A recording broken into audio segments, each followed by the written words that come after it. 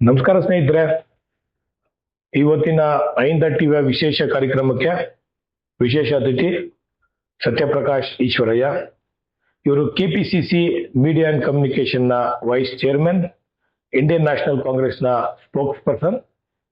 ಬಹುಶಃ ಎಲ್ಲಾ ಟಿವಿಗಳಲ್ಲಿ ನೋಡಿರ್ತೀರ, ಕನ್ನಡ ಚಾನೆಲ್ಗಳಲ್ಲಿ ಅಥವಾ ನ್ಯಾಷನಲ್ ಇಂಗ್ಲಿಷ್ ಚಾನೆಲ್ಗಳಲ್ಲಿ ಇವರು ಕಾಂಗ್ರೆಸ್ ಪರವಾಗಿ ಅವರ ಹೋರಾಟ, ಅವರ ಮಾತುಗಳು, ಅವ್ರ ಫೈರ್ ಬ್ರ್ಯಾಂಡ್ ವಿಷಯಗಳೆಲ್ಲ ನೀವು ಕೇಳಿರ್ತೀರ. ಇವತ್ತು ಅವ್ರು ನಮಗೋಸ್ಕರ 9:30 ಬಂದಿದ್ದಾರೆ. ಅವರ ವಿಚಾರಗಳನ್ನ ನಮ್ಮ ಜೊತೆ ಹಂಚ್ಕೊಂತಾರೆ. ಸತ್ಯಪ್ರಕಾಶ್ ಈಶ್ವರ ಅವ್ರಿಗೆ ನಮ್ಮ ಕಾರ್ಯಕ್ರಮಕ್ಕೆ ಸ್ವಾಗತ. Sir, welcome to the show. Sir, Congress ನಲ್ಲಿ ಇವಾಗ ನೋಡ್ತಾ ಇದೀವಿ, ನೀವು ಎಲ್ಲಾ ಚಾನೆಲ್ ನೋಡಿದಾಗ ನೀವು ಕಾಂಗ್ರೆಸ್ ಪರವಾಗಿ ತುಂಬಾ ನೇರವಾಗಿ ಕಠೋರವಾಗಿ ಮಾತಾಡ್ತಾ ಇರ್ತೀರಾ. ಕಾಂಗ್ರೆಸ್ ಅಂದ್ರೆ ಅಹಿಂದ, ಕಾಂಗ್ರೆಸ್ ಅಲ್ಲಿ ಅಹಿಂದಾಗೆ ಒಂದು ವಿಶೇಷ ಒಂದು ಸ್ಥಾನಮಾನ ಇದೆ, ಅಥವಾ ಸೆಕ್ಯುಲರ್ ಐಡಿಯಾಲಜಿಸ್ ಇರೋ ಒಂದು ಏಕೈಕ ಪಕ್ಷ ಅದು ಕಾಂಗ್ರೆಸ್ ಅಂತ ನೀವೆಲ್ಲ ಹೇಳ್ತಾ ಇರ್ತೀರ. ಬಟ್ ಆವಾಗಿನ ಕಾಲದ ಕಾಂಗ್ರೆಸ್ಗೂ ಇವಾಗಿನ ಕಾಲದ ಕಾಂಗ್ರೆಸ್ಗೂ ಅಹಿಂದ ಅಥವಾ ಸೆಕ್ಯುಲರ್ ಐಡಿಯಾಲಜಿಸ್ ಎಷ್ಟರ ಮಟ್ಟಿಗೆ ಕಾಂಗ್ರೆಸ್ ಫಾಲೋ ಮಾಡ್ತಾ ಇದೆ sir? Very good question Madan ಅವರೇ. ನೋಡಿ, ಈಗ ನಾವು ಐಡಿಯಾಲಜಿಕಲ್ ಸ್ಪೆಕ್ಟ್ರಮ್ ತಗೊಂಡ್ರೆ there is a left parties, ಅಲ್ಲಿ ಎಲ್ಲ CPI, CPM ಇದ್ದಾರೆ. ರೈಟ್ ಪಾರ್ಟೀಸ್ ಇದಾರೆ, ಅಲ್ಲಿ ಬಿಜೆಪಿ ಎಲ್ಲ ಇದೆ, AIMIM ಅಥವಾ SDPI ಆ ತರ ಇದೆ. Congress always centrist ideology. ಅಂದ್ರೆ ನಾವು ಸೆಂಟ್ರಿಸ್ಟ್ ಪಾರ್ಟಿ, ಎಲ್ಲ ವರ್ಗಗಳ ಪಾರ್ಟಿ. ನಾವು ಮೇಲ್ವರ್ಗದವರ ಪಾರ್ಟಿ, ಮಧ್ಯಮ ವರ್ಗದವರ ಪಾರ್ಟಿ, ಕೆಳವರ್ಗದ ಪಾರ್ಟಿ. ಸೊ ಈ ಎಲ್ಲ ವರ್ಗಗಳ ಪಾರ್ಟಿ ಇದ್ದಾಗ ಒಂದೊಂದು ಟೈಮಲ್ಲಿ ನಮ್ಮ ಕಾಂಗ್ರೆಸ್ ಇತಿಹಾಸ ನೋಡಿದ್ರೆ ಒಂದೊಂದ್ಸತಿ left of centre as far as economic policies are concern pro poor ಹೋಗ್ತೀವಿ. ಒಂದೊಂದ್ಸತಿ ಸ್ವಲ್ಪ ಟೈಮಲ್ಲಿ ರೈಟ್ ಆಫ್ ಸೆಂಟರ್ ಹೋಗಿದೀವಿ to accommodate the majority community also. So ಇವತ್ತು ನಮ್ಮ ಮೇಲೆ ಅಹಿಂದ ಪರ, SC ಪರ, ದಲಿತರ ಪರ, ಮುಸಲ್ಮಾನರ ಪರ ಅಂತ ಹೇಳ್ತಾರೆ. ಆದ್ರೆ ನಾವು ಎಲ್ಲರ ಪರ, ಎಲ್ಲರಿಗೂ ಸಮಪಾಲು, ಎಲ್ಲರಿಗೂ ಸಮಬಾಳು ಅಂತ ಹೇಳಿರುವ ಬಸವಣ್ಣ ಅವರ ಏನು ತತ್ವ ಇದೆ, ಆ ತತ್ವನ ಸರಿಯಾಗಿ ಯಾರನ್ನ ಪಾಲನೆ ಮಾಡೋರು ಇದ್ದಾರೆ ಅಂದ್ರೆ ಅದು ಕಾಂಗ್ರೆಸ್ ಪಕ್ಷ. ದಲಿತರ ಪರನೂ ಕೆಲಸ ಮಾಡ್ತೀವಿ, OBC ಪರವಾಗೂ ಕೆಲಸ ಮಾಡ್ತೀವಿ, ಮುಂದುಳಿದ ವರ್ಗದ ಪರವಾಗೂ ಕೆಲಸ ಮಾಡ್ತೀವಿ, ಮಹಿಳೆಯರ ಬಗ್ಗೆನೂ ಕೆಲಸ ಮಾಡ್ತೀವಿ. ಎಲ್ಲ ವರ್ಗದ ಪರವಾಗಿ ಕೆಲಸ ಮಾಡುವ ಯಾವುದೇ ಒಂದು ಪಕ್ಷ ಇದ್ರೆ ಅದು ಕಾಂಗ್ರೆಸ್ ಪಕ್ಷ. ಈ ನಡುವೆ ಈ ಅಹಿಂದ ಅನ್ನೋ ಒಂದು ಕಾನ್ಸೆಪ್ಟ್ ಕಾಯಿನ್ ಆಗಿದೆ. ಅದ್ರ ಅರ್ಥ ಇದೆಲ್ಲ ಮುಂಚೆ ನಾವು ಅಹಿಂದ ಪರ ಇರ್ಲಿಲ್ಲ ಅಂತಲ್ಲ.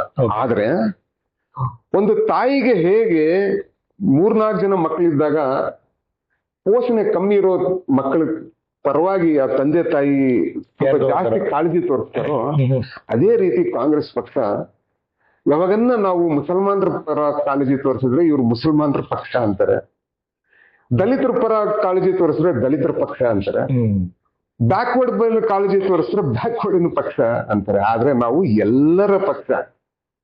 ಇವತ್ತು ಯಾರನ್ನ ಬ್ರಾಹ್ಮಿನ್ ಕಮ್ಯುನಿಟಿಗೂ ಬೋರ್ಡ್ ಮಾಡಿ ಅವ್ರಿಗೂ ಸ್ಕಾಲರ್ಶಿಪ್ ಕೊಡುವ ಯಾವ್ದನ್ನ ಒಂದು ಪಕ್ಷ ಇದ್ರೆ ಕರ್ನಾಟಕದಲ್ಲಿ ತಮ್ಗೆ ಗೊತ್ತು. ಇಷ್ಟು ವರ್ಷ ಆಯ್ತು, ಯಾಕೆ ಬಿಜೆಪಿ ಬ್ರಾಹ್ಮಣ ಬೋರ್ಡ್ ಮಾಡಿಲ್ಲ? So this proves that Siddaramaiah ಅವ್ರನ್ನ ಅವರ ಅಹಿಂದ ನಾಯಕರಂದ್ರೇನು, he is a more inclusive ನಾಯಕರು. ಸೊ ಈ ಅಹಿಂದಕ್ಕಿಂತ ಮುಂಚೆನೆ ಕಾಂಗ್ರೆಸ್ ಎಲ್ಲರ ಪರ, ಎಲ್ಲರಿಗೂ ಸಮಪಾಲು, ಎಲ್ಲರಿಗೂ ಸಮಬಾಳು ಕೊಟ್ಟಿರೋ ಯಾವುದೇ ಒಂದು ಪಕ್ಷ ಇದ್ರೆ ಅದು ಕಾಂಗ್ರೆಸ್ ಪಕ್ಷ ಅಂತ ಹೇಳುತ್ತೆ. ಓಕೆ ಸರ್, ಈಗ ಕಾಂಗ್ರೆಸ್ ಅಂದ್ರೆ ಅಹಿಂದನ ಅಥವಾ ಅಹಿಂದ ಇದ್ರೆ Congress? It's A catch 22 situation Madan ಅವರೇ. ಓಕೆ, ಅಹಿಂದ ಅನ್ನೋ ಕಾನ್ಸೆಪ್ಟ್ ಈ ಒಂದು 20-25 ವರ್ಷಗಳಿಂದ ಬಂದಿದೆ. ಆದ್ರೆ ಸಾಮಾಜಿಕ ನ್ಯಾಯ ಅನ್ನೋದು ಕಾಂಗ್ರೆಸ್ 1948ರಿಂದನೇ ಮಾಡ್ಕೊಂತ ಬಂದಿದೆ. ಆದ್ರೆ ಅದಕ್ಕೊಂದು ಕಾಯಿನ್ ಮಾಡಿ ಅದೊಂದು ಟರ್ಮಿನಾಲಜಿನ ಮಾಡಿರೋ ಒಂದು ಶ್ರೇಯಸ್ ಏನನ್ನ ಇದ್ರೆ ನಮ್ಮ ನಾಯಕರಾದ ಸಿದ್ದರಾಮಯ್ಯ ಅವರು ಹಾಗೂ ಅವರ ಸಂಗಡಿಗರು ಯಾರ್ಯಾರಿದ್ದಾರೋ ಅದಕ್ಕೊಂದು ಟರ್ಮಿನಾಲಜಿ ಕೊಡೋದ್ರಲ್ಲಿ ಅವರ ಒಂದು ದೊಡ್ಡ ಪಾತ್ರ ಇದೆ. ಇದರಲ್ಲಿ ಯಾವುದೇ ಒಂದು ಸಂಶಯನೂ ಬೇಡ. ಅಹಿಂದ ವರ್ಗದ ಒಂದು ಸರ್ವೋಚ್ಚ ನಾಯಕರಾಗಿದ್ದಾರೆ. ನಾವೆಲ್ಲ ಅವ್ರನ್ನ ಒಂದು ಪೊಲಿಟಿಕಲ್ ಐಕಾನ್ ಆಗಿ ನೋಡ್ತೀವಿ. ಆದ್ರೆ ಕಾಂಗ್ರೆಸ್ ಬಂದಾಗ ದೇವರಾಜ್ ಅರಸ್ ಟೈಮಲ್ಲಿ ಏನು ಅಹಿಂದ ಇತ್ತ, ಆದ್ರೆ ದೇವರಾಜ್ ಅರಸ್ ಅವರು ಅಹಿಂದ ವರ್ಗದ ಸೇರಿರುವ OBC, SC, ST minorities leaders ನ ಏನು ಅವರು ಒಂದು ಉದ್ಭವ ಆಯ್ತು ಅವರ ಪೀರಿಯಡ್ ಅಲ್ಲಿ, he is the champion of the underprivileged leadership in Karnataka as concerned. ಅವರೊಂಥರ ಫ್ಯಾಕ್ಟ್ರಿ ಇದ್ದಂಗೆ. ಎಷ್ಟೊಂದು ಲೀಡರ್ಸ್, ವಿಶ್ವನಾಥ್ ಅವರಾಗ್ಲಿ, ಎಚ್ ಎಂ ರೇವಣ್ಣ ಅವರಾಗ್ಲಿ, ಮಲ್ಲಿಕಾರ್ಜುನ್ ಖರ್ಗೆ ಅವರಾಗ್ಲಿ, ಧರ್ಮ್ ಸಿಂಗ್ ಆಗ್ಲಿ, ಗುಂಡೂರಾವ್ ಅವರಾಗ್ಲಿ, ಇವರೆಲ್ಲರೂ ಒಂದು ಬ್ಯಾಚ್ ಏನು ಇವತ್ತಿನ ಅವ್ರ ಮಕ್ಕಳು ಇವತ್ತು ನಮ್ಮ ಕರ್ನಾಟಕದಲ್ಲಿ ಇವತ್ತು ಮಂತ್ರಿಗಳು, ಉಪಮುಖ್ಯಮಂತ್ರಿಗಳಾಗಿದ್ದಾರೋ ಆ ಶ್ರೇಯಸ್ ಯಾರನ್ನ ಹೋಗ್ಬೇಕು ಅಂದ್ರೆ ಅದು ದೇವರಾಜ್ ಅರಸ್ ಹೋಗುತ್ತೆ. ಸೊ ಕಾಂಗ್ರೆಸ್ ಅಹಿಂದ ಅನ್ನೋ ಇಲ್ಲದೇನೆ ಬಹಳಷ್ಟು ವರ್ಷಗಳ ಕಾಲ ಈ ಶೋಷಿತ ವರ್ಗ ಏನಿದೆ OBC, SC, ST ಮೈನಾರಿಟೀಸ್ಗಾಗಿ ಕೆಲಸ ಮಾಡಿದೆ. ಖಂಡಿತ ಸರ್. ಇವಾಗ ನೀವು ಹೇಳ್ತಾ ಇದ್ದೆ ದೇವರಾಜ ಅರಸ್ ಅವ್ರ ಬಗ್ಗೆ ಮಾತಾಡ್ತಾ ಇದ್ರೆ, ಇವಾಗ ನಾವು ಕೂಡ ಯಾವುದೇ ಒಂದು ಇತಿಹಾಸದಲ್ಲಿ ಒಂದು ಸೆಕ್ಯುಲರ್ ಐಡಿಯಾಲಜೀಸ್ ಯಾವ್ದಾರ ಒಂದು ಪಕ್ಷ ಇದೆ, ಖಂಡಿತ ಕಾಂಗ್ರೆಸ್ ಅದರದೇ ಆದ ಒಂದು ಕೊಡುಗೆ ಇದೆ. ದೇವರಾಜ ಅರಸ್ ಅವರಿಂದ ಇದು ತುಂಬಾ ಇಂಪ್ಯಾಕ್ಟ್ಫುಲ್ ಆಗಿ ಕೆಲಸ ನಡೀತಾ ಇತ್ತು. ಆದ್ರೆ ಇವತ್ತಿನ ಸಿಚುವೇಶನ್ ಏನಾಗಿದೆ ಅಂದ್ರೆ, ಕಷ್ಟ ಬಂದಾಗ ವೆಂಕಟರಮಣ ಅಂತ ಅಥವಾ ಕಾಂಗ್ರೆಸ್ಗೆ ತೊಂದರೆ ಆದಾಗ ಅಹಿಂದ, ಈ ತರ ಒಂದು ಮಂತ್ರ ಶುರು ಆಗ್ಬಿಟ್ಟಿದ್ಯಾ? ಅಥವಾ ಅಹಿಂದ ಬೇಕಾದಾಗ ಯೂಸ್ ಅಂಡ್ ಥ್ರೋ ತರ ಏನಾದ್ರು ಮಾಡ್ಕೊಬಿಟ್ಟಿದಾರ? ಈ ಶೋಷಿತ ವರ್ಗದ ಒಂದು ಹಣೆ ಬರಹನೆ ಈ ತರ ಇದೆ. ಓಕೆ. ಅದಕ್ಕೆ ಕಾಂತಿರಾಮ್ ಅವ್ರು ಹೇಳ್ತಾ ಇದ್ರು, ನಾವು ನಮ್ಮ ಸಮುದಾಯಗಳಲ್ಲಿ ನಾಯಕತ್ವವನ್ನು ಬೆಳೆಸ್ತೀವಿ, ಆ ನಾಯಕರು ಇನ್ನೊಬ್ಬರ ಚಮಚ ಆಗಬಾರ್ದು, ಚಮಚೋಕ ಚಮಚ ನಹಿ ಬನ್ನ ಹೇ ಅಂತ ಹೇಳ್ತಾರೆ.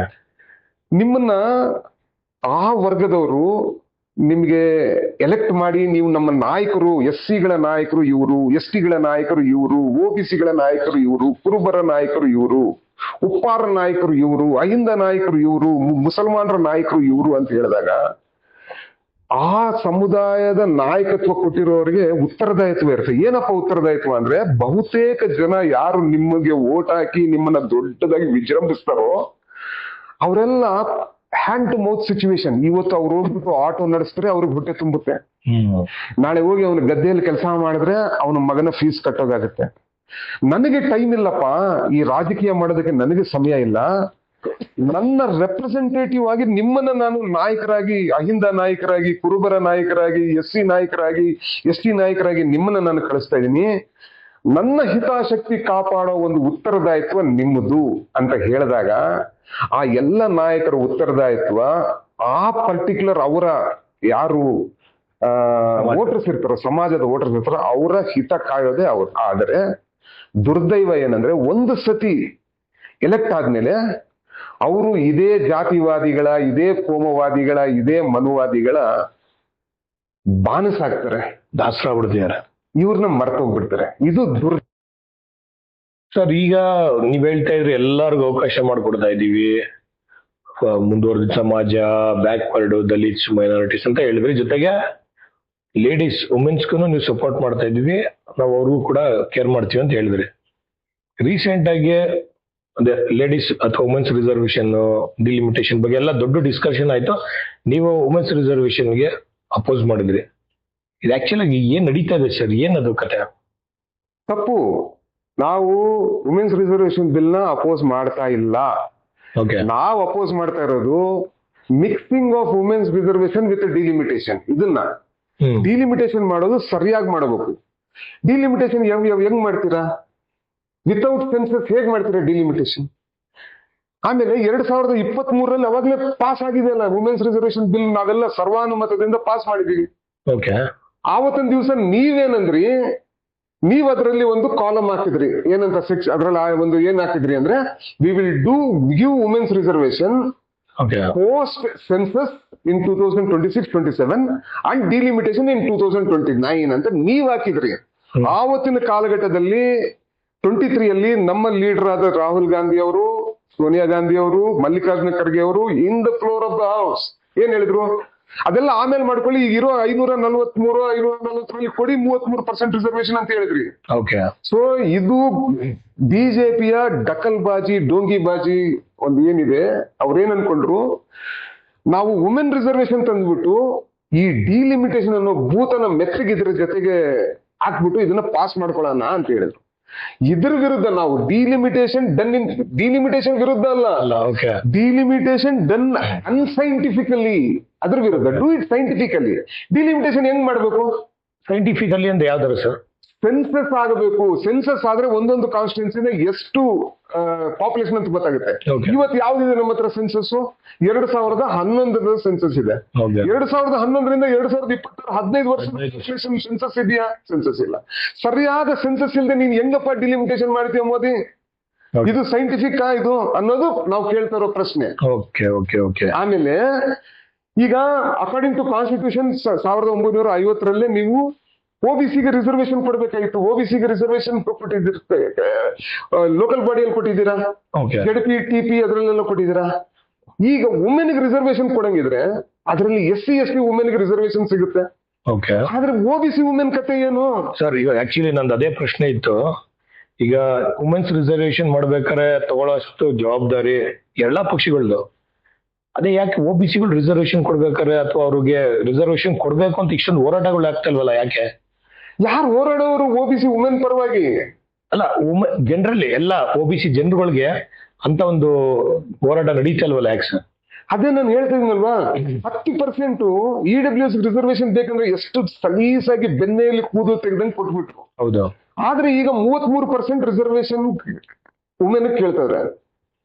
I have no problem with reservation for women. Reservation for women okay, no reservation for OBC women not okay. ಅದೇ ಯಾಕೆ ಆತರ ಮನಸ್ಥಿತಿ ಯಾಕಿದೆ ಬಿಜೆಪಿ ಅವರಿಗೆ? ಯಾಕಂದ್ರೆ ಅವ್ರಿಗೆ ಮನುವಾದ ಒಪ್ಕೊಳ್ಳೋ ಪಾರ್ಟಿ. ಮನುಸ್ಮೃತಿಯಲ್ಲಿ ಏನಿದೆ ಸ್ತ್ರೀಯರ ಬಗ್ಗೆ? ಏನಿದೆ ಮನುಸ್ಮೃತಿಯಲ್ಲಿ? ಸೊ ಮನುಸ್ಮೃತಿ ಒಪ್ಪುವ ಆರ್ಗನೈಸೇಷನ್ ಪಕ್ಷಗಳು ಅವೆಲ್ಲ ಯಾವತ್ತೂ ಅವರು ವುಮೆನ್ಗೆ ಒಂದು ಮುಖವಾಡ ಹಾಕೊಂಡು ವುಮೆನ್ ಉಪಯೋಗಿಸ್ಕೊಂತಾರೆ ಹೊರತು ಇವತ್ತುವರೆಗೂ RSS ಯಾರನ್ನ ವುಮೆನ್ ಸಂಚಾಲಕಿ ಆಗಿದಾರ? ಇವತ್ತುವರೆಗೂ ಯಾರನ್ನ ಬಿಜೆಪಿಗೆ ವುಮೆನ್ ಪ್ರೆಸಿಡೆಂಟ್ ಆಗಿದಾರ? ಇಲ್ಲ. ಪಕ್ಷಕ್ಕಾಗಿದಾರ? ಇಲ್ಲ. ಸೊ ಇವೆಲ್ಲ ಏನಿದೆ ಇದೆಲ್ಲ ಆಗ್ತಾ ಇಲ್ಲ. ಸೊ ನಾವೇನ್ ಪ್ರಶ್ನೆ ಮಾಡ್ತಾ ಇದೀವಿ ಅಂದ್ರೆ, with in women OBC women also should get reservation. ಅದು ಆಗ್ಬೇಕು ಅಂದ್ರೆ ಯಾವುದೇ ಸೆನ್ಸಸ್ ಅಲ್ಲಿ OBC ಸೆನ್ಸಸ್ ಆಗಿಲ್ಲ. ಈ 2026ರಲ್ಲಿ OBC ಫಿಗರ್ಸ್ ಎಷ್ಟಿದೆ ಅಂತ ಗೊತ್ತಾಗುತ್ತೆ.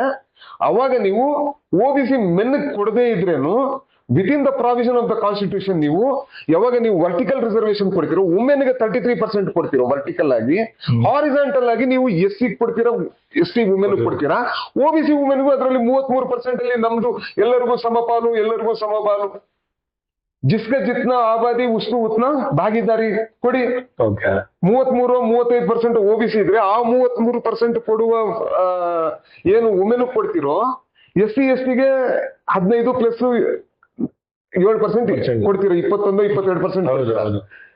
ಅದರಲ್ಲಿ ನಮಗೊಂದು 33% ಕೊಡಿ. ಇಲ್ಲಂದ್ರೆ ಏನಾಗುತ್ತೆ, ಅಪ್ಪರ್ ಕ್ಲಾಸ್ ವುಮೆನ್ ನ ಕಿಟಿ ಪಾರ್ಟಿ ಆಗುತ್ತೆ ಅಷ್ಟೇ ಪಾರ್ಲಿಮೆಂಟ್ ಅಸೆಂಬ್ಲಿ. OBC ವುಮೆನ್ ಇರಲ್ಲ, SC ST ವುಮೆನ್ ಇರ್ತಾರೆ, ಮೇಲವರ್ಗದ ಮಹಿಳೆಯರು ಇರ್ತಾರೆ ಹೊರತು ಈ OBC ವುಮೆನ್ ಇದರಲ್ಲಿ ಏಟ್ ತಿಂತಾರೆ ಅನ್ನೋದು ನನ್ನ. ಓಕೆ ಸರ್, ಇವಾಗ ನಾವು ಇನ್ನೂ ಒಂದು ಹೆಜ್ಜೆ ಮುಂದೆ ಹೋಗೋಣ. ಭವಿಷ್ಯದಲ್ಲಿ ಸೆಂಟ್ರಲ್ ಅಲ್ಲಿ ಕಾಂಗ್ರೆಸ್ ಬಂತು ಅಂತ ಅನ್ಕೊಳ್ಳಿ, ಅಥವಾ ಕಾಂಗ್ರೆಸ್ ಮಿತ್ರ ಪಕ್ಷಗಳು ಬಂದಾಗ ನಿಮ್ಮ ಪಕ್ಷದಿಂದ OBC ನೀವು OBC ಅವ್ರಿಗೆ ರಿಸರ್ವೇಶನ್ ಕೊಡ್ತಾರೆ, SC ST ರಿಸರ್ವೇಶನ್ ಕೊಟ್ಟಂಗೆ OBCಗೂ ನ್ಯಾಷನಲ್ ಲೆವೆಲ್ ಅಲ್ಲಿ ರಿಸರ್ವೇಶನ್ ಕೊಡ್ತೀರಾ? ನೀವು ನೋಡ್ತಾ ಇದ್ರೆ ನಮ್ಮ ನಾಯಕರಾದ ರಾಹುಲ್ ಗಾಂಧಿ ಅವರು ಎಲ್ಲೆಲ್ಲಿ ಮಾತಾಡ್ತಾ ಇದ್ದಾರೋ ಅವರು ವೆರಿ ಕ್ಲಿಯರ್ಲಿ ಹೇಳ್ತಾ ಇದ್ರೆ census has to be done. Census ಅಂದ್ರೆ ಏನು? ಸೆನ್ಸಸ್ ಅಂದ್ರೆ ಒಂದು ಡಯಾಗ್ನೋಸ್ಟಿಕ್ ಟೂಲ್ ಇದ್ದಂಗೆ, ನಮ್ಮ MRI ಇದ್ದಂಗೆ. ಆ MRI ಹಾಕಿದ್ರೇನೆ ಬಾಡಿ ಒಳಗಡೆ ಏನೇನ್ ಪ್ರಾಬ್ಲಮ್ ಅಂತ ಗೊತ್ತಾಗೋದು. ಇಲ್ಲಿವರೆಗೂ ನಾವು ಸೆನ್ಸಸ್ ಮಾಡಿರೋದ್ರಲ್ಲಿ OBC ರಿಸರ್ವ್ ಆಬಾದಿನ ನಾವು ತಗೊಂಡಿಲ್ಲ, ಪಾಪ್ಯುಲೇಷನ್ ತಗೊಂಡಿಲ್ಲ. ಈ ಇದರಲ್ಲಿ OBC ಪಾಪ್ಯುಲೇಷನ್ ಎಷ್ಟಿದೆ, 30 ಇದೆಯಾ, 35% ಇದೆಯಾ, 40% ಇದೆಯಾ ಅಂತ ಗೊತ್ತಾಗುತ್ತೆ. ಅವರ ಸೋಶಿಯೋ ಎಕನಾಮಿಕ್ ಕಂಡೀಷನ್ ಗೊತ್ತಾಗುತ್ತೆ. ಅದರಲ್ಲಿ OBC ಮಹಿಳೆಯರ ಸ್ಥಿತಿಗತಿ ಗೊತ್ತಾಗುತ್ತೆ. ಬರ್ಕೊಳ್ಳಿ ಸ್ನೇಹಿತರೆ, ಈ ದೇಶದಲ್ಲಿ OBC ಮಹಿಳೆಯರ ಸ್ಥಿತಿ ಏನು SC ST ವುಮೆನ್ಗಿನ ಏನು ದೊಡ್ಡ ಮಟ್ಟದ ಏನಿಲ್ಲ. ನೀವೇನ OBC ಮಹಿಳೆಯರನ್ನ ಬಿಟ್ಟು ನೀವೇನ ರಿಸರ್ವೇಶನ್ ಕೊಟ್ರೆ OBC ಮಹಿಳೆಯರಿಗೆ ಮಾಡುವ ದೊಡ್ಡ ಮಹಾ ಮೋಸ ಮೋದಿಜಿ. ಸರ್, ಹಾಗಾದ್ರೆ ಬಿಜೆಪಿ ಹೇಳ್ತಾರೆ ಮೋದಿ ಅವರೇ OBC ಸಮಾಜಕ್ಕೆ ಸೇರಿದವರು, ಇದಕ್ಕಿಂತ ದೊಡ್ಡದು ಇನ್ನ ಕೊಡುಗೆ ಕೊಡ್ಬೇಕು OBC ಸಮಾಜಕ್ಕೆ ಅನ್ನೋ ತರ ಮಾತಾಡ್ತಾರೆ. ಬಟ್ ಪ್ರಧಾನಮಂತ್ರಿ ಆದ ತಕ್ಷಣ ಒಂದು OBC ಸಮಾಜ ಎಲ್ಲರೂ ಏನು ಮುಂದುವರೆದು ಬಿಡ್ತಾರೆ ಅಂತ ಹೇಳೋದಕ್ಕಾಗಲ್ಲ. ಇವಾಗ ಅದೇ ಸಮಾಜಗಳಿಗೆ OBC ಏನು ಇವತ್ತು ರಿಸರ್ವೇಶನ್ ಬಗ್ಗೆ ಮಾತಾಡಿದ್ರೆ ಕಾಂಗ್ರೆಸ್ ಮುಂದಿನ ದಿನಗಳು ಏನ್ ಸ್ಟೆಪ್ ತಗೋಬಹುದು ಸರ್? ನೋಡಿ, OBCಯಲ್ಲಿ ಟ್ರೂ OBCs ಅಂತ ಯಾರಿದ್ದಾರೆ, ಈಗ ಮೋದಿ ಕತೆಗೆ ಬರೋಣ. ಮೋದಿ ಅವ್ರು ಚೀಫ್ ಮಿನಿಸ್ಟರ್ ಆಗಿರೋದಾಗ ಅವ್ರ ಜಾತಿಗೆ ಅವರೇ OBC ಕೊಟ್ಕೊಂಡಿರೋದು, ಅರ್ಥ ಮಾಡ್ತೀವಿ ಆಯ್ತಾ. ಅವ್ರ ಜಾತಿ ಮೊದಲೇ OBC ಅಲ್ಲಿ ಇರ್ಲಿಲ್ಲ ಗುಜರಾತ್ ಅಲ್ಲಿ, ಅವರು ಫಾರ್ವರ್ಡ್ ಕ್ಲಾಸ್ ಅಲ್ಲಿ ಇದ್ರು. ಅವರು CM ಆದಾಗ ನಾಳೆ ಬೆಳಿಗ್ಗೆ ನಾನೊಂದು OBC ಗುರ್ತಿಸ್ಕೋಬೇಕು ಅಂತ ಕೊಟ್ಟಿರೋದು. ಸೊ ಕಾಂಗ್ರೆಸ್ ಏನ್ ಹೇಳುತ್ತೆ ಅಂದ್ರೆ, ಈ ಶೋಷಿತ ಸಮಾಜ ಏನಿದಾವೆ ಇದು ಫ್ರಾಗ್ಮೆಂಟೆಡ್ ಕಮ್ಯುನಿಟೀಸ್, ಸ್ಮಾಲ್ ಕಮ್ಯುನಿಟೀಸ್. ಈಗ ನಮ್ಮ ಕರ್ನಾಟಕ ತಗೊಂಡ್ರೆ ನಾವು 2A ತಗೊಂಡ್ರೆ ಒಂದು 100 ಚಿಲ್ಲರೆ ಕ್ಯಾಸ್ಟ್ ಬರ್ತೈತೆ. 2B 1A ತಗೊಂಡ್ರೆ ಅಲ್ಲೊಂದು 100 ಕ್ಯಾಸ್ಟ್, ಎಲ್ಲ ಸೇರಿದ್ರೆ ಒಂದು 270ರಿಂದ 300 ಕ್ಯಾಸ್ಟ್ ಇದಾವೆ. ಈ ಅದರಲ್ಲಿ ಮ್ಯಾಕ್ರೋ ಕಮ್ಯುನಿಟೀಸ್ ಇದಾವೆ, ಮೈಕ್ರೋ ಕಮ್ಯುನಿಟೀಸ್ ಇದಾವೆ. ಮ್ಯಾಕ್ರೋ ಕಮ್ಯುನಿಟೀಸ್ ಅಲ್ಲಿ ನಮ್ಮ ಶೆಪರ್ಡ್ ಕಮ್ಯುನಿಟಿ ಬರುತ್ತೆ, ವೀವರ್ಸ್ ಬರ್ತಾರೆ, ಈಡಿಗರು ಬರ್ತಾರೆ. ಸೊ ದೊಡ್ಡ ದೊಡ್ಡ ಕಮ್ಯುನಿಟೀಸ್ ಬರ್ತಾರೆ. ಆದ್ರೆ ಮೈಕ್ರೋ ಕಮ್ಯುನಿಟೀಸ್ ಇದಾವೆ. ಸೊ ಹೀಗೆ ಹೆಂಗೆ ಈಗ SC ST ಅಲ್ಲಿ ಒಳ ಮೀಸಲಾತಿ ಕೊಡ್ತಾ ಇದ್ರು, ನಾಳೆ ಬೆಳಿಗ್ಗೆ ಈ ಕಮ್ಯುನಿಟಿ ಅವಾಗಲೇ ಇದೆ. 1A ಇದೆ, 2A ಇದೆ, 3A 3B ಇದೆ. ಅದೇ ರೀತಿ ಅದರಲ್ಲೂ ಆದ್ರೆ ನಾವು ಒಳ ಮೀಸಲಾತಿನ ಕೊಡಬೇಕು. ಕಾಂಗ್ರೆಸ್ನ ಒಂದು ಸ್ಟ್ಯಾಂಡ್ ಏನು ಅಂದ್ರೆ, Baba Saheb Ambedkar ಆವತ್ತೇ SC ST ಕೊಟ್ಟಾಗ್ಲೇನೆ OBC ಕೊಡಿ ಅಂದಿದ್ರು ರಿಸರ್ವೇಶನ್, ಪೊಲಿಟಿಕಲ್ ರಿಸರ್ವೇಶನ್ ಬಿಡಿ, ಜಾಬ್ಸ್ ಅಲ್ಲೂ ಎಜುಕೇಶನ್ ಅಲ್ಲೂ ರಿಸರ್ವೇಶನ್ ನಮ್ಗೆ ಬರೋಗೆ 1991ರಲ್ಲಿ ಆಗ್ಬೇಕಾಯ್ತು. ಅವಾಗ ರಿಸರ್ವೇಶನ್ ನಾವು ಮಂಡಲ್ ಬಂದಾಗ ಇದೇ ಬಿಜೆಪಿ, ಇದೇ ಮೋದಿ ಪಕ್ಷ ಏನ್ ಮಾಡಿದ್ರು, ಕಮಂಡಲ್ ತಂದ್ರು, ವಿರುದ್ಧ ಇದ್ರು. ಅವ್ರೇನ್ ಹೇಳ್ತಾರೆ, ಆ ಸಮಯದಲ್ಲಿ ಕಾಂಗ್ರೆಸ್ ವಿರೋಧ ಮಾಡ್ತು. ಎಲ್ಲ ಒಂದ್ ಕಡೆ ರಾಜೀವ್ ಗಾಂಧಿ ಅವರು ಆ ಕಾಲದಲ್ಲಿ ಸ್ಟಾರ್ಟಿಂಗ್ ಆಫ್ ದ ಡಿಬೇಟ್ ಅಲ್ಲಿ ಸ್ವಲ್ಪ ವಿರುದ್ಧ ಇದ್ರೆ ಹೊರತು, ಆಮೇಲೆ ಅವ್ರಿಗೆ ಮನವರಿಕೆ ಆದ್ಮೇಲೆ ಅವ್ರು ಸ್ಟ್ಯಾಂಡ್ ಚೇಂಜ್ ಮಾಡ್ಬಿಟ್ಟು ಮಂಡಲ್ ಪರವಾಗಿ ಅವರು ವೋಟ್ ಹಾಕಿರೋದು. ಸೊ ನಮ್ಮ ಸ್ಟ್ಯಾಂಡ್ ಏನಂದ್ರೆ, ಈಗ ಒಂದ್ ಕಡೆ SC ST ಗೆ ಎಂಪವರ್ಮೆಂಟ್ ಮಾಡ್ತಾ ಇದೀವಿ, ಆದ್ರೆ ಹ್ಯೂಜ್ ಸೆಕ್ಷನ್ 35 to 40% OBCಗಳು ಏನಿದ್ದಾರೆ, ಈ OBCಗಳು ಆರ್ ದ ಇವರು ನಮ್ಗೆ ಮ್ಯಾನುಫ್ಯಾಕ್ಚರಿಂಗ್ ಮಾಡೋ ಒಂದು ಕಮ್ಯುನಿಟೀಸ್. ಈಗ ನೇಕಾರರು ನಮ್ಗೆ ಸೀರೆ ಬಟ್ಟೆ ನೇಯ್ಕ್ ಕೊಡ್ತಾನೆ, ಕುರುಬರು ನಮ್ಗೆ ಮೀಟ್ ಕೊಡ್ತಾರೆ, ಕುರಿ ಅದೆಲ್ಲ ಕೊಡ್ತಾರೆ, ಉಪ್ಪಾರರು ಉಪ್ಪು ಕೊಡ್ತಾರೆ, ಕುಂಬಾರರು ನಮ್ಗೆ ಮಡಿಕೆ ಕೊಡ್ತಾರೆ. ಸೊ ಇಟ್ ಈಸ್ ನಮ್ಗೆ ಉತ್ಪಾದನೆ ಮಾಡುವ ಸಮುದಾಯಗಳು ಇವು. They contribute to the economy. ಆದ್ರೆ ಅವರಿಗೆ ನಾವು ಪೊಲಿಟಿಕಲ್ ರಿಸರ್ವೇಶನ್ ಕೊಟ್ಟಿಲ್ಲ. MLAಗಳಾಗ್ಲಿ MP lower level of the ಇದರಲ್ಲಿ ಅವರು ಕೌನ್ಸಿಲರ್ಗಳಾಗ್ತಾರೆ, ZP ಮೆಂಬರ್ ಆಗ್ತಾರೆ, TP ಮೆಂಬರ್ ಆಗ್ತಾರೆ. ಹೊರತು ಆಸ್ ಪರ್ ದರ್ ಪಾಪ್ಯುಲೇಷನ್ ಅವ್ರ MLAಗಳು MP ಆಗ್ತಾ ಇಲ್ಲ. ಅದಕ್ಕೆ ರಾಹುಲ್ ಗಾಂಧಿ ಅವ್ರು ಏನ್ ಹೇಳ್ತಾವ್ರೆ ಅಂದ್ರೆ, ನಾವು ಈ ಸತಿ ಪವರ್ ಬಂದ್ರೆ we will try to give political empowerment to OBCs in this country ಅಂತ ಅವರು ಹೇಳ್ತಾರೆ. ಸರ್, ಇವಾಗ ಪವರ್ ಬಗ್ಗೆ ಮಾತಾಡ್ತಾ ಇದ್ರೆ, ಕರ್ನಾಟಕದಲ್ಲಿ ಇವಾಗ ಒಂಥರ ಮ್ಯೂಸಿಕಲ್ ಚೇರ್ ತರ ನಡೀತಾ ಇದೆ ಅನ್ನೋ ತರ ಒಂದು ವಾತಾವರಣ ಸೃಷ್ಟಿಯಾಗಿದೆ. DK ಶಿವಕುಮಾರ್ ಅವರು ಮುಖ್ಯಮಂತ್ರಿ ಆಗ್ತಾರೆ, ಇನ್ನೊಬ್ರು ಮುಖ್ಯಮಂತ್ರಿ ಆಗ್ತಾರೆ ಅಂತೆಲ್ಲ ಒಂದು ಊಹಾಪೋಹಗಳು ಬರ್ತಾ ಇದೆ. ಖಂಡಿತವಾಗ್ಲೂ ಕರ್ನಾಟಕದಲ್ಲಿ ಏನೋ ಬದಲಾವಣೆಗಳು ಆಗ್ತಾವ? ನೋಡಿ, ರಾಜಕೀಯ ನಿಂತ ನೀರಲ್ಲ, ಏನನ್ನ ಆಗ್ಬೋದು. ಪ್ರತಿಯೊಂದು ಲೀಡರ್ಗೂ ಆಸ್ಪಿರೇಷನ್ ಅನ್ನೋದಿರುತ್ತೆ, ಅವನ ಮನಸ್ಸಲ್ಲಿರೋ ಒಂದು ಅಭಿಲಾಷೆಗಳಿರ್ತವೆ. ಪ್ರತಿಯೊಬ್ಬರಿಗೂ ನಾನು ಮಂತ್ರಿ ಆಗ್ಬೇಕು, ನಾನು ಮುಖ್ಯಮಂತ್ರಿ ಆಗ್ಬೇಕು ಅನ್ನೋ ಅಭಿಲಾಷೆಗಳಿರ್ತವೆ. 2023ರಲ್ಲಿ ಜೋಡೆತ್ತು ತರ DK ಶಿವಕುಮಾರ್ ಅವರು ಹಾಗೂ ಸಿದ್ದರಾಮಯ್ಯ ಅವರು ಇಬ್ಬರು ಈ ಪಕ್ಷಕ್ಕಾಗಿ ದುಡಿದಿದ್ದಾರೆ. ಅವ್ರ ಜೊತೆಯಲ್ಲಿ ಬೇರೆಯವರು ದುಡಿದಿದ್ದಾರೆ. ನಮ್ಮ ಪಕ್ಷದಲ್ಲಿ ಯಾವತ್ತೂ ಕಲೆಕ್ಟಿವ್ ಲೀಡರ್ಶಿಪ್, ಒಬ್ಬರ ಮೇಲೆ ಏನು ನಾವು ಯಾವತ್ತು, ಅದಕ್ಕೆ ನಾವು CM ಫೇಸ್ ಏನು ಇಟ್ಕೊಂಡಿರ್ಲಿಲ್ಲ.